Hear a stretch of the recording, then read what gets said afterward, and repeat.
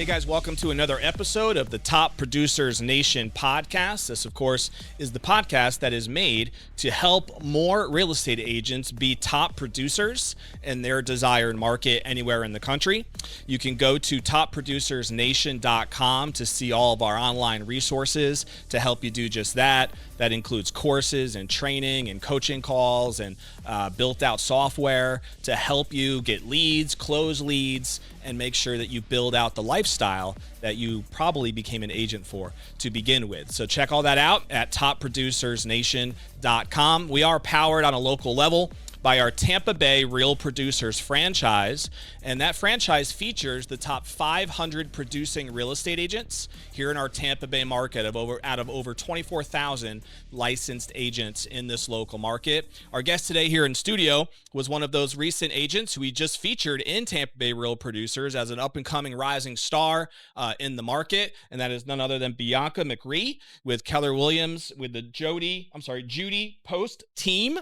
And as you can see her article over here, she was featured just recently in one of our upcoming issues. Bianca, it's good to have you on the show. How are you? It's good to be here. I'm doing great. How are you? I'm doing well. It's good to have you here. I know we've tried to get you to a couple of events. We've had conflicts with schedules and stuff, so I'm glad we can finally work it out, and it's good to meet you in person for sure. So congratulations, of course, on the feature. And for people who didn't get a chance to kind of check it out yet, we'll kind of just start with your background a little bit. So did you grow up in Tampa? If not, how'd you get here? No, I'm from Jersey City, New Jersey. Nice. You can tell me you're sorry for me. It's okay. I love Jersey City. I had an uncle that lived there for many years. So I was born there, and I was there until about 17. Graduated high school with an academic scholarship, and I decided I wanted to move here. Okay. So, did you know anyone in Tampa, or so I had family here. Name? Yeah, I had family here. So, between Tampa and St. Pete, I have some uncles and aunts and cousins. Okay. And so I took my academic scholarship, and I actually attended the University of Tampa for 2 years, and then I finished I'm a fellow up. UT grad myself. Are you? Spartan in the house. Yeah, Nice. absolutely. Whoop, whoop. So, I actually didn't graduate. I graduated from St. Leo. Okay. Yeah. That's all right. It still counts. Yeah. It's all good. What were you majoring in at school? So initially I was a bio major, biology, and then I graduated with a social work degree. Okay. So I went into social work. So real estate wasn't necessarily the focus at that time. It wasn't even a thought. Mm-hmm. Yeah. And what got you interested in real estate then? So I was with my ex-husband for 11 years, and he had a job at the time. He was in the millwrights, so he worked for the union. So he was gone a lot. Mm-hmm. It was like 6 to 9 months out of the year. And we wanted to start a family. So he was like, well, I got to do something to be home. And he went into real estate. And he learned very quickly that he's not much of a relations guy. Yeah. I've always been the social one. So he chased me around for a year and was like, you know, you're made for this. Like, I need you to work with me. Like, I think we could build a team. And because it was just so hard for me to leave social work. I ran the veterans program out of Baycare. We had a rehab out of Baycare. Okay. And it is a high reward, low paying job. And so you're definitely don't make what you're worth, Sure. you know? But the impact is there, and my heart was there. So finally, and you know, it's a lot of hours in that. And I was like, you know, I guess I really need to get serious because we are planning on having children. And so I saw that real estate might give me the finances and the flexibility that I needed, but I could still help people. I would still have the time to still be involved in the community. And so that's what I did. So it was a little bit of a part-time commitment at first. No, it was full time, but it allowed me the flexibility to still be a part of. So there's a church that I attend that's also a part of like the community out there, and they have homes for like people in recovery and veterans and things like that. It's a Ruth and Boaz house. Okay. So it's like part sober living, faith based. Yeah. And so I was able to I love help. the name. That's Yeah, fitting. yeah, right. And I was able to help open that, and I was part of the operations, and I was part of the admission. So I became their admissions coordinator for that and helped get that running. Nice. So it gave me the flexibility to still be involved in some way. Are you still involved with that? Yes. Okay. Yeah, we actually do a spotlight, call it a Making a Difference feature in the magazine for different months sometimes. And so we look for good causes that we might be able to show some light on. And that might be one that That would be fits the bill awesome. for that. So that's cool. Ruth and Boaz House, it's called. Ruth and Boaz, yeah, and Okay. it's out of Church of Christ. Okay. So. And so when you first got started, I think you told me before you got licensed around 2021. And is that correct? In real estate? It was either 2020, 2020. I think it was the end of 2020. Yep. Yeah. And every year that you've been in it, you've kind of gradually grown the business, it seems like, Right. year over year. So talk to me about that first year when you got licensed, because a lot of people really struggle when they're new in this game to kind of, especially if they've never necessarily done sales or had to make their, paycheck off of commission Right. before and figure out that whole dynamic. It is scary. I can imagine, yeah. And it sounds like your background was in salary-based type roles. Is that true? Right. Yeah. So yeah, I had a guaranteed paycheck and income, right? Totally. And then you go from that to being 1099, and it's like It's a whole new world. Yeah, but for someone like me, because I'm not all there. I guess it's like it really lights a fire. Sure. It's like now it's time to hustle and grind. You know, Yeah. it's like my back's against the wall, and that's when I do my best. And you talked about like getting paid what you're worth. Right. And ultimately, I think one of the beautiful things about real estate is that there's no cap to your income, right? Right. You can make as much money as you want to make. If you want to make more, you just simply have to work smarter, work harder, figure out better systems. There's no cap. Right. And that's not true in most W-2 or salary-based, type positions. So it's different animal altogether. Right. Not unless there is like incentive, right, or kickbacks Sure. or bonus things like that. Yep. I would Sometimes assume. those are creatively put together. Right. So in that first year, though, with real estate, you're not from this area. I know I guess you had lived here a little bit anyway before you So got I've into been real here estate. over 17 years now. Okay, you have. So you've been Yeah. here, had a nice core, I guess, of network. Is that how you got started? Did you just tap into network? So, so it was 21. It was April of 21. I started studying for the state exam in 2020. Okay. So, and then in Year 20, after COVID kicked in, right? That was yeah, it was 2020. after. Yeah, so it was Yeah. April. Was when I passed my test. And then I got into it. But I had a handicap because my ex-husband Travis, he was already there. So he was already in the game. Mm-hmm. So he was my mentor. Yep. So it wasn't like I was trying to figure it out blindly or flailing. And then my first brokerage was Coldwell Banker, which is the original one that's been there over 100 years. So, and I was under Armstrong there, and he is phenomenal. So him and his wife, they helped me out, and then and then I had Travis, who really he's the one who showed me the ropes. Yeah. So. Did you get leads provided for you in those early times? No. Or were you self-generating from day It one? was me, self-generating from day one. Okay. Yep. And so have you found over time that there were any specific strategies that helped you in getting that pipeline moving? So at Keller Williams, we have there's like a crash course. I wouldn't say crash course, but it's a very intensive training. It's called BOLD. Have you heard of it? I have, yeah. Yeah, it's phenomenal. So and I'll get a little bit into the backstory. We'll come back to like how I ended up there. But that's when I really started learning about systems and processes and pillars and the MREA way, right? The Millionaire Real Estate Agent Great model. book. Yes. Mhm. So that one, and then the playbook. It's like the Constitution for real estate. Right, agents. right. Yes. It is the handbook.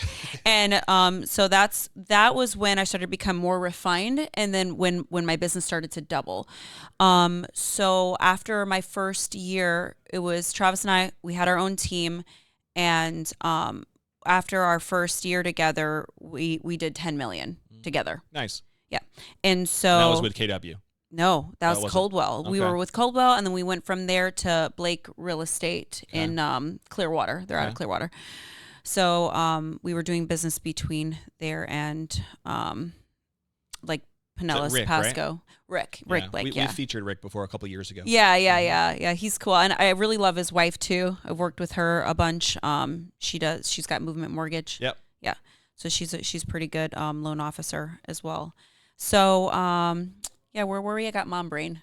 You were talking about I think the transition from Blake Colwell to Blake, and then I guess eventually to KW. Yeah, so we were with Blake, and then together we were doing 10 million. So we were doing a pretty high volume. I was pregnant at this time. It was getting to be very heavy, because like it was like, okay, like my time off was going to come up, baby was coming. It Yeah. was, becoming increasingly harder for me. So, and we were starting to break into this neighborhood called Gulf Harbors. It's like the only neighborhood in the Newport Richey area that's like waterfront. You have like I'm familiar beautiful with it. deep water access, right? So, and we were breaking into this neighborhood, and Travis is like, like, it would be a dream to just be on the Queen of Gulf Harbors team. That's Judy Popst. And and I really wanted to do a lot more, but that's what we're doing. We started farming the neighborhood. Mm-hmm. That's where we're putting all of our marketing dollars. And Judy caught wind of this. So now Nicole, And she was pretty dominant in that area. she dominates. She holds over 20% of the share. Yep. Yeah. So and then and our team has grown exponentially since I've been on. I've been on there 2 years now. Okay. Almost. October will be my second year. So long story long is Nicole was the office manager for Blake, and she left. And we were close to her, but I didn't know where she went. I didn't, it wasn't talked about what brokerage she went to. And then one day I contacted her about a listing, and she sounded so happy. And I'm like, well, what is different? What are you doing? She's like, I'm on the Judy Popes team now. So she's the operations manager for the Judy Popes team. Okay. So we already kind of like had an in there. Yeah. And then we started marketing the neighborhood, and we have this thing called R&D, rip off and duplicate, right? So That's smart. right. Most successful people just model other people. All right. So it turns out that Judy and Nicole were starting to rip off our stuff, right? Our newsletters. They were hitting you right back with the old R&D. Right. So we created this newsletter that they have that is the newsletter we created. It's really neat, actually. And so they're like, oh, that's a great idea. So they started creating newsletters, started creating these postcards and things like that. And so one day I had this idea. I was like, oh, I want to start making gifts for my clients. And I was like, I'm going to make wine for them. And there was this shop called Grape Expectations. And so I go over there to make my wine. I knock, and the manager's not there. And there's a number on the door, and I call it. And I'm like, hey, I was supposed to make some wine, and this is Bianca McRee. And the woman on the other line is like, Bianca McRee? And I'm like, yeah. She's like, I know who you are. And I'm like, wait, who is this? And she's like, it's Judy. I'm like, Judy Popes? Judy was there hanging out, huh? She was the number on the door. Uh-huh. She wasn't there yet. She's like, you wait right there. I'll be right over. She comes over, she drives over, and she lets me in. And so she's like, I got to be honest with you. I really don't know how to make wine, but I wanted to meet you. Uh-huh. She's like, that she has a store manager who does that. And I was like, I can't believe I'm meeting you right now. and I'm like, I can't believe that you know me. I'm a little fish. She's like, well, you've been making some waves in the neighborhood, and this, we had a chat. And she says, do you ever think about leaving your brokerage? And I said, I do. I do. And she's like, you ever think about being on a team? Here's our dream, right? Yeah. Come into life. And I said, well, it's funny that you didn't ever have to take necessarily the initiative to connect with her directly, like the way that it all kind of worked out with her. Right, divine. Yeah, working on the back end, it was all meant to be, I guess. Right, and I was like, yeah, and she's like, well, let's chat. She's like, I'm heading out to Georgia from this state to the. I said, I'm going to Georgia from this state. She's like, where are you going? I'm like, Blairsville. She's like, I'm going to Blairsville. Oh wow. Yeah, a little no town in like nowhere, Georgia, right? Yeah. So we meet up in Georgia. In mysterious ways, doesn't he? Right. We meet up at the same festival in Georgia. Wow. And then we get back, and the rest was history. It was, we were on the team. Very cool. And then we've helped grow it and helped with marketing, and it's really, how many agents are on the team now? So when we started, I think there was 4, and I think we're up to 8 now. Nice. Okay. Yeah. So are you focused as well on that side? Do you help recruit and help build the team, or are you just focused on self-production? It's a unanimous decision. It's we have an agent that might be a prospect, and then Judy has her own interview, and then she leaves it to the team to make the final decision. I gotcha. Yeah. Cool. Since you joined the team, and I think there's a lot in what you just said there, what I took anyway was a lot of times when new agents struggle, they don't understand the importance of finding a mentor, right? So you had some success, obviously, even before you met Judy, but I'm assuming since you've connected with Judy and been part of that team, your success has accelerated. You've said that yourself. Yeah. And so that power of a mentor, I think, is an important lesson for people to flush out and understand, and why that's so critical, especially when you're newer. Absolutely. Yeah. And the truth is I've had several coaches and mentors. Sure. Because I've learned something different. I haven't kept the same one. Yep. But I've learned, Judy is a mentor for me, but I've also had real estate coaches. Yep. I've had probably 4 or 5. Yep. Yeah. No, it makes sense. What would you say is the biggest impact since joining Judy's team that it's had on your business? Specific systems or anything different?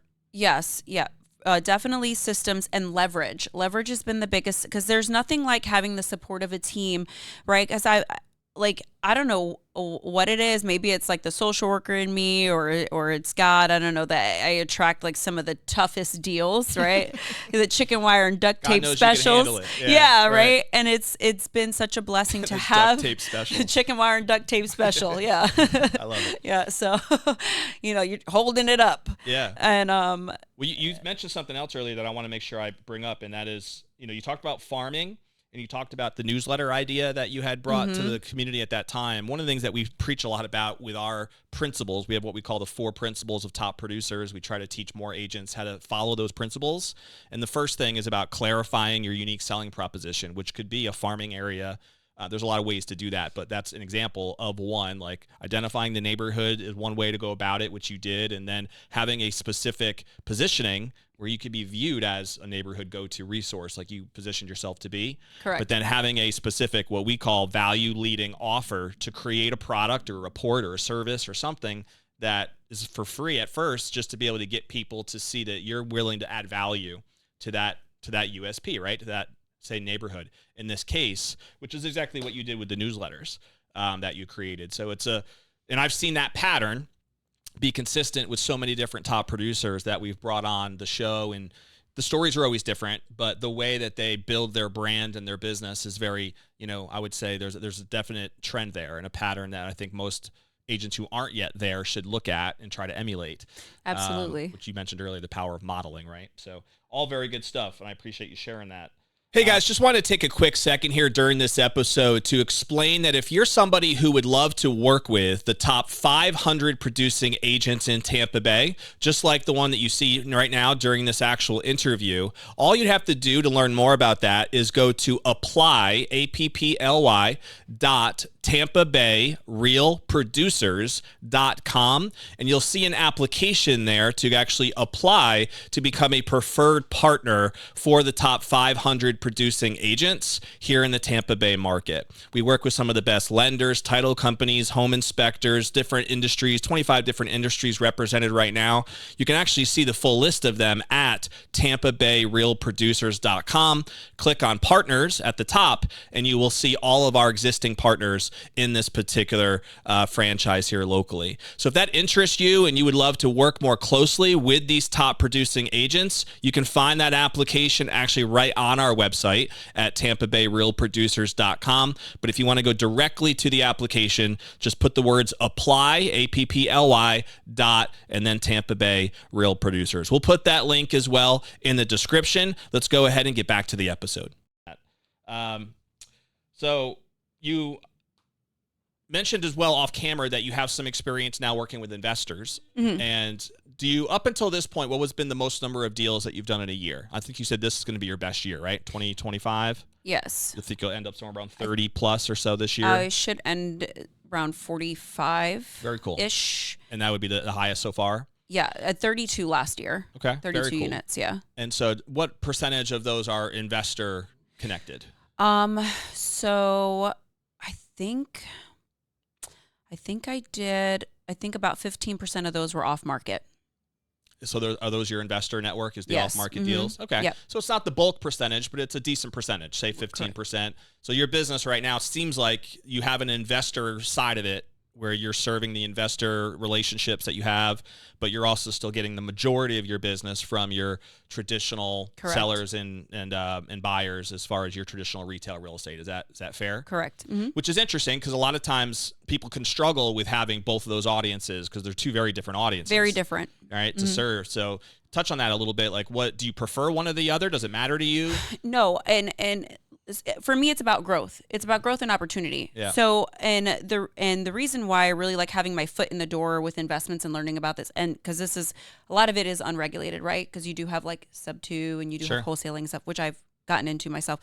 But for me, it's about growth, because as an agent, there's no security. You're 1099. Yep. You got to create it. So you sit with investors, you work with investors, you learn to think like them. Sure. And so now I'm on the path to becoming one, right? I currently own 2 properties. I'm looking to find my first flip.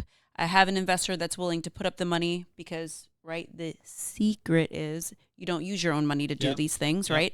So, so that has really been my end goal in doing this and having my foot in that, is because when you sit with millionaires, right? You learn from them. You learn to think like them. You learn to in that direction. It's also great just to have stability in your business, right? Because as markets ebb and flow, which happens in real estate, some agents have really struggled over the last year or two. Correct. Because this is a different market than 2021, right? As an example, when you have the ability to serve different audiences, you can always pivot your focus if needed at a time to be able to, serve that audience at maybe at a higher level for a single year or two.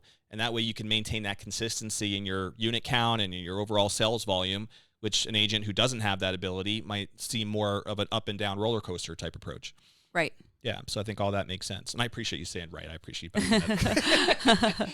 You can correct me if I'm wrong, Bianca. It's okay. So you mentioned you're learning from these investors now. Mm-hmm. And you own a couple rentals yourself? Did I hear you correctly? So I own 2 properties currently, and the one that I'm currently in will become a rental next year, and I'll keep moving. So that's one strategy for me. The other is to flip, and then collect the money, and then keep going until I can.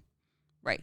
The investors you've worked with, have they been flippers? Have they been buy and hold, like landlord types? All types. A little bit of all both. All types, yeah. Okay. All types. Sub twos, wholesalers, flippers. Buy and holds. It's interesting in the wholesaler you've mentioned that, because a lot of agents have a negative opinion, right? I'm on both sides of the wholesale market, for sure. I don't like other wholesalers, but I've also wholesaled.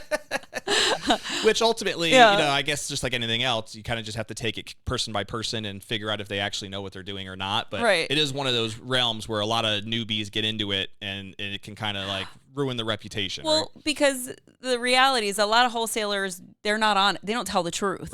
Right. And there's a lot of misrepresenting. Right. And that's what peeves me. So the times that I have done it, I've been completely forthcoming and honest with the client. Like, hey, these are your options. We can list, we can do the soft market, we can, if that happens, I'm going to wholesale it, and this is what you're looking at. Right. And I don't lay it all out.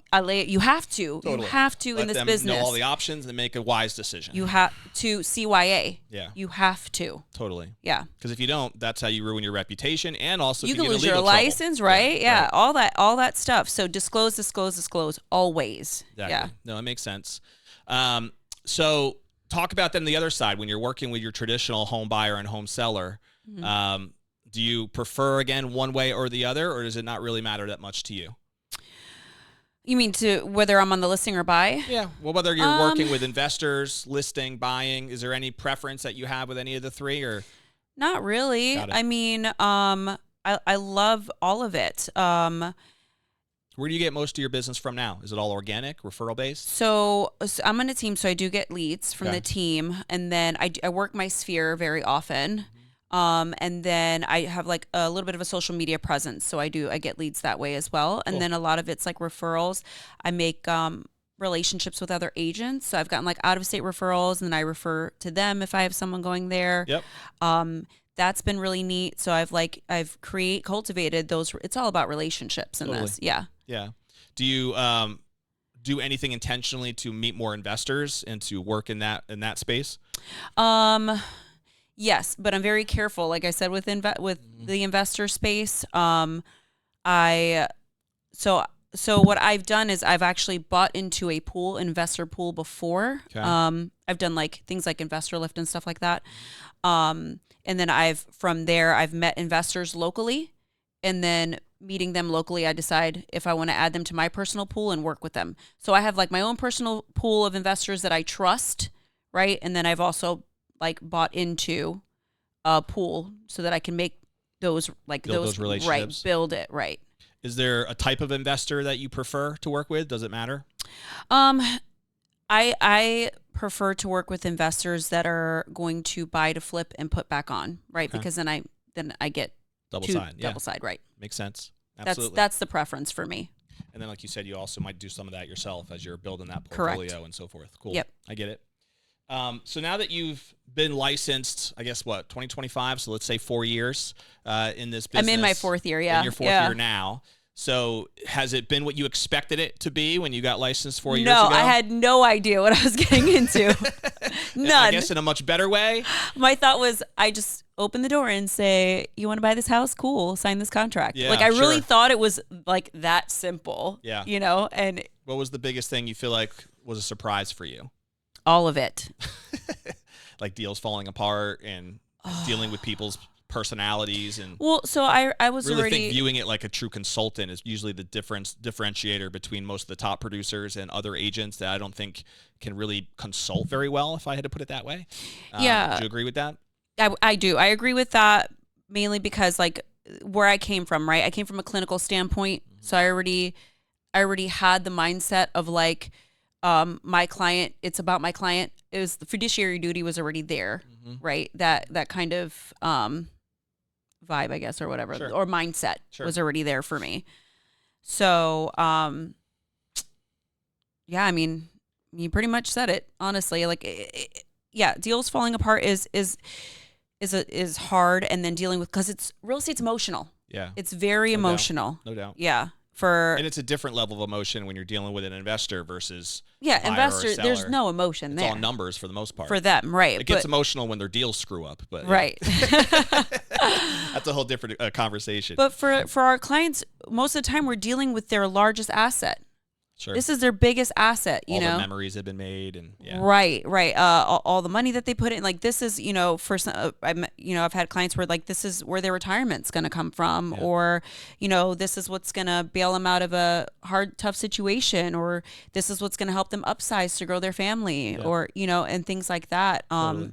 Yeah, or dealing with estates, right? That one's rough. Yeah. But so because I have those skills, those people skills, those clinical skills, it's been much more beneficial for me to be able to de-escalate. And like, I love what Judy says. She says, you have to be the rudder in a stormy sea, right? That's smart. Right. Judy sounds very wise. She is. Yes. She's amazing. I'm on one of the best teams, hands down. That's very cool. Yeah. What does your vision look like for the future? Do you want to build your own team one day? Do you want to build Judy's team with her hand in hand? What are some of your thoughts on where you see things going? What I truly want to do is I want to build and hopefully part own the team. I love my team. I mean, it's become like home for me and their family. Yeah. So I would like to see Judy's legacy like continue and grow, and I would love to be a part of that. Very cool. Yeah, Makes sense. I'm thinking about like an expansion. I'm sure Judy would like that as well. Yeah, well, we've talked about like an expansion team. Like if maybe one day I would do like a branch of it and expand it south. It's awesome. It's one of the things I really like about real estate is you can get creative with so many different things. Obviously, how deals get done and structured, but even just the branding and how you want to build your organization and what you want that organization to look like and be sustainable for the long term. And are you going to share equity? Are you going to try to sell certain things? Like there's just a lot of different ways that you can get creative with it. And especially when you like who you work with and enjoy the culture, it makes it fun, I think, to build that way. Yeah, the culture is, I knew it was perfect for me, right? Because our culture is based on God, family, and then business in that order. So I love that too. Yeah. Very cool. You guys seem aligned on that, so that's always a win as well. If you had to give a piece of advice to newer agents or really agents of any, length of time in the business about one of the more challenging things or lessons that you feel like you've learned, does anything come to mind that you felt like has been an obstacle that you were able to overcome or something that you feel like you learned a big lesson about? Yeah. I've learned a big lesson in faith through this because it's faith and having an abundancy mindset. Great. Period. Yeah, that's because when you're in a business where you're working for yourself and you can't control the market, right? You can't you cannot close your mind off. You cannot have a scarcity mindset.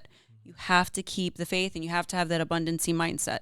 Nose to the grindstone and keep it open. Yeah. Right? Yeah. Yeah, there's a big difference between someone who has that abundant mindset versus the scarcity mindset. Correct. How it affects everything with Right. your business, how you view your relationships, so many different things. So I couldn't agree with you more. Plus, in real estate, because there's so many people that are licensed, it also, I think, affects your relationships with other agents, because you either view them as the competition and they're like the enemy, or you understand the importance of collaboration and realize there's plenty of business for everybody. Right.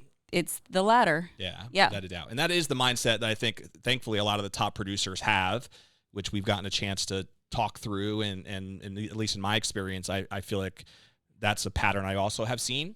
But it also does exist where you have so many licensed agents who, most of them are not top producers yet, who don't have that mindset. Right. Right. And that could be a challenging thing. Well, and that will limit your growth. For sure. Yeah. Yeah, In no anything, not just real estate, anything in life. Couldn't agree more, Bianca, for sure. We'll switch gears a little bit for some personal side for people Sure. that maybe didn't read your article and know that much about you. We did mention your daughter. I think you said you have a 2-year-old at home, so you got your hands full being a mom there as well. What's that been like for you, just balancing work, business, now that your daughter is growing and I'm sure getting more involved in, you mentioned off camera, not trying to kill herself on a regular basis. So Yeah, that's 80% of my time with yeah, her. I can imagine. Which has got to still be a challenge, is figuring out that balance of time. How anything you can share there that you feel like has been helpful for you? Yeah. My calendar. Sticking to it. Yeah, right. If it's not in the calendar, it doesn't exist. And then being disciplined about creating my own schedule, and so biggest thing with that is self-care. You have to always. So, and I make sure that I carve out time for that every morning. That looks like the gym, some time, with Jesus, and some quiet time, and then some affirmations, right? And then I have in my office, I have boards on the wall where I get to look at my pipeline and what I have pending, active and pending and coming soon, and then my whole pipeline. So like that is, I set the tone and then I stick to my schedule. Otherwise, Yeah. yeah, No, that makes with a sense. kid and a business, it will, Totally. it's hard to manage otherwise. Great stuff there. It's really important to have that calendar that you actually, I agree the same thing. If it's not in my calendar, it just never happens. Right. It's not possible. For me to remember things, forget about it. So it's not going to be the case. And so many people do struggle, though, with that simple, it seems like a simple principle, but a lot of people don't discipline themselves enough to actually manage their calendar day by day or week by week, and then plan, properly through it. Right. And then having some leverage and some support to help with their pipelines and visually looking at their systems the way that you just talked about. So that's one of the reasons why we built out a software called Top Producers Nation for people to try to help them do that on a visual side. And there's a whole bunch of like automations and stuff built in to try to help them as agents get to that level. But it's really critical, whether it's ours or there's other great ones out there, but use something, right? Have something in place that's going to help them get to that level. Oh yeah, I agree. Yeah. So is it kind of like a CRM as well? Yeah, that is awesome. Yeah, manages all their contacts. So it keeps you on task. Builds workflows. Yeah, email this. Yeah. Okay. Yeah, they can almost get rid of every other software that they need. It's all in-house, built in through calendar management, email management. They can even build funnels, websites. It's pretty robust. It's a powerful tool manage right their there. Google My Business page. They can check all their reviews. Everything is kind of all in-house there. Yeah. Yeah. That's the point. Love it. So a couple quick things here regarding hobbies and interests and some of your things that you love to do. You mentioned gym. You mentioned, that's what I heard anyway. So it's just your relationship with Christ and emphasizing that. What are some things that kind of are important to you that keep you, when you're not always focused on real estate? What do you love to do? So I mentioned that, I have a hand in the community still. So I do love that. Hazel, she came about through IVF.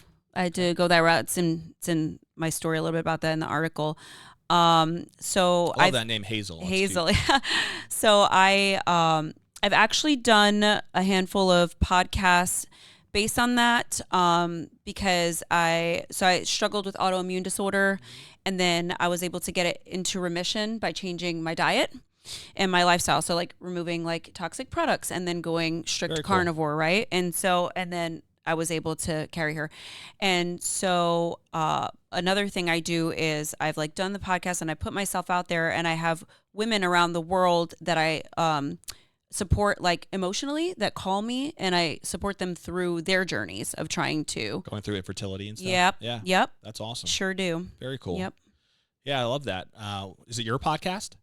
No, so I do have a podcast. I have to, we got to get it back up. It's called Fertile Beginnings. I think there's about 3 or 4 episodes on that. But then I've also been on Dr. Robert Kiltz. He was my doctor. He's also a celebrity doctor. Been on there. Steak and Butter Gal is. She's she's very big. Okay. If you look her up, I've been on her podcast, and Kevin the Visionary. So I've done. Nice. Yeah.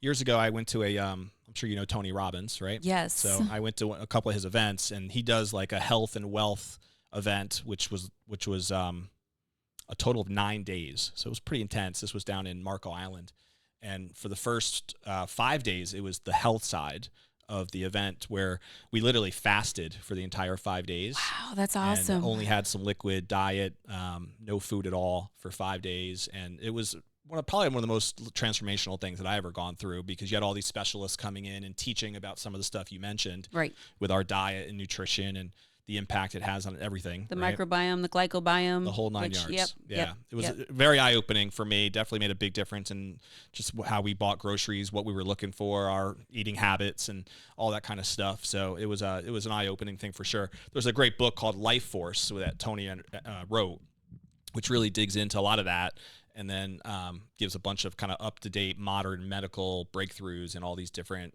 disease-oriented things that we battle with. Yeah, well, because health is wealth. Absolutely. It is. Yeah. Yeah, and that's like number one thing. Because I know top producers myself that like just they really don't take care of themselves. Yeah. Yeah.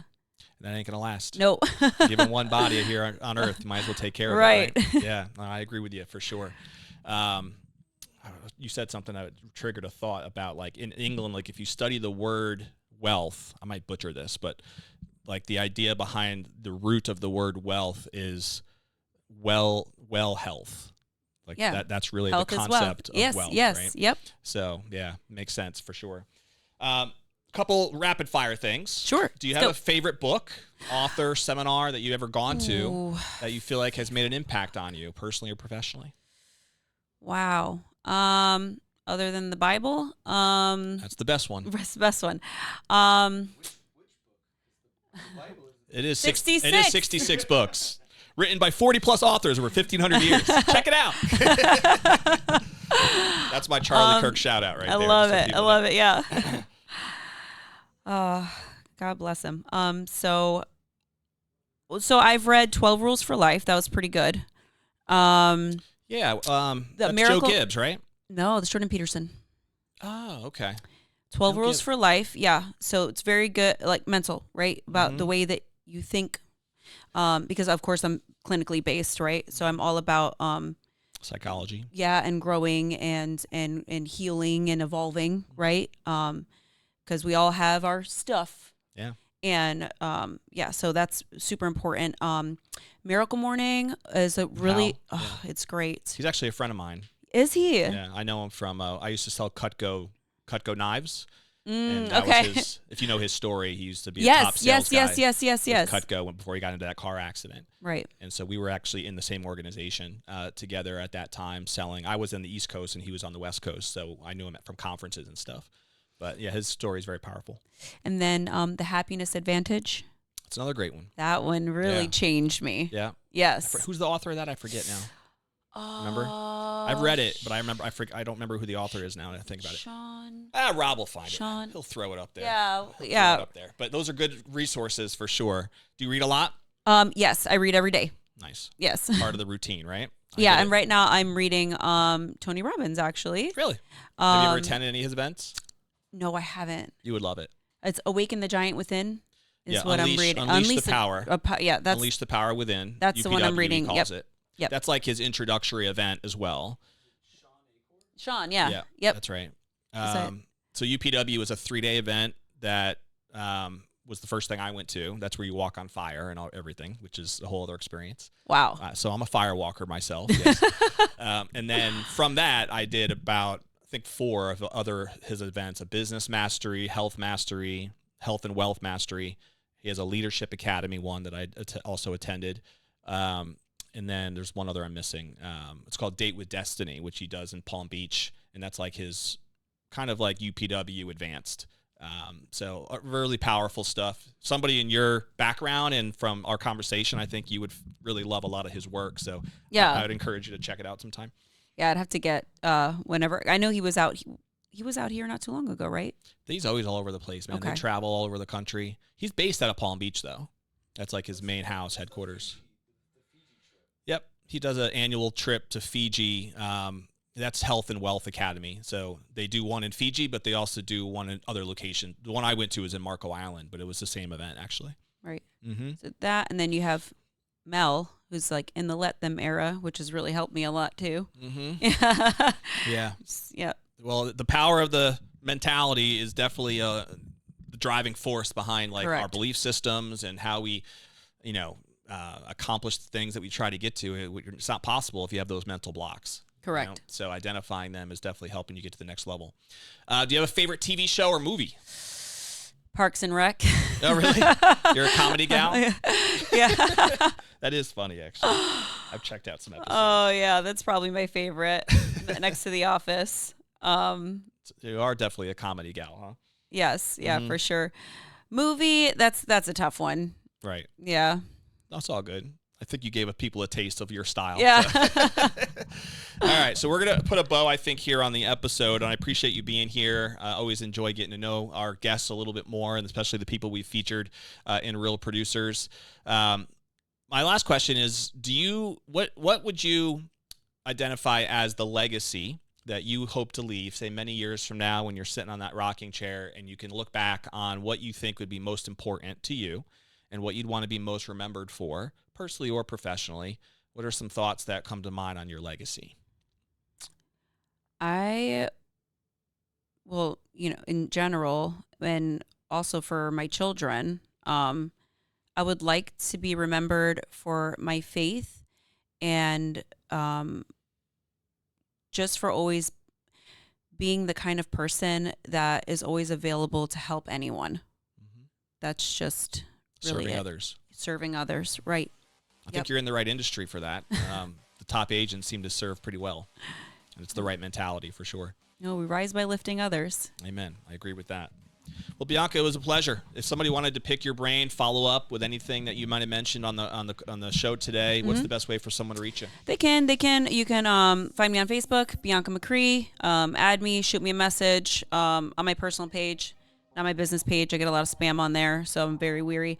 Can do that anytime. Just hit me up on Facebook. My information's there. Reach out. Very cool. Yeah.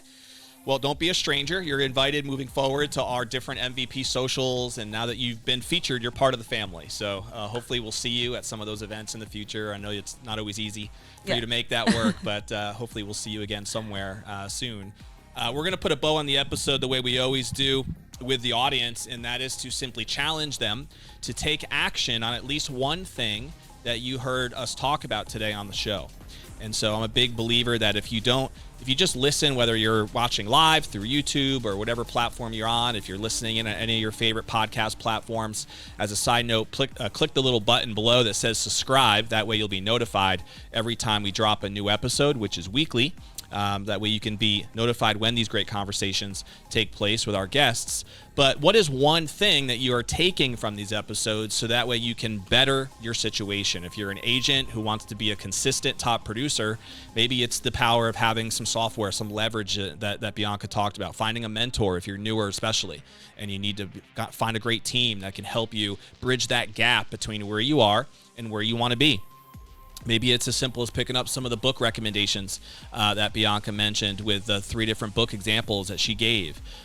Checking out, our platform if there's a need there to be able to, fill into ways that we can help you. Whatever it might be, but take action somewhere, right? Don't just let things go in one ear and out the other. If you keep doing the same things, you're going to keep getting the same results. And we want to make sure that we create different results if that's what you want. in this business. So we will see you, of course. And again, check all that out at topproducersnation.com to learn more about the different community and software and programs we have to help support you. But you can always see us at topproducersnation.com or by simply following these socials for the different podcast episodes. We'll see you on the next episode of the Top Producers Nation podcast. See you later.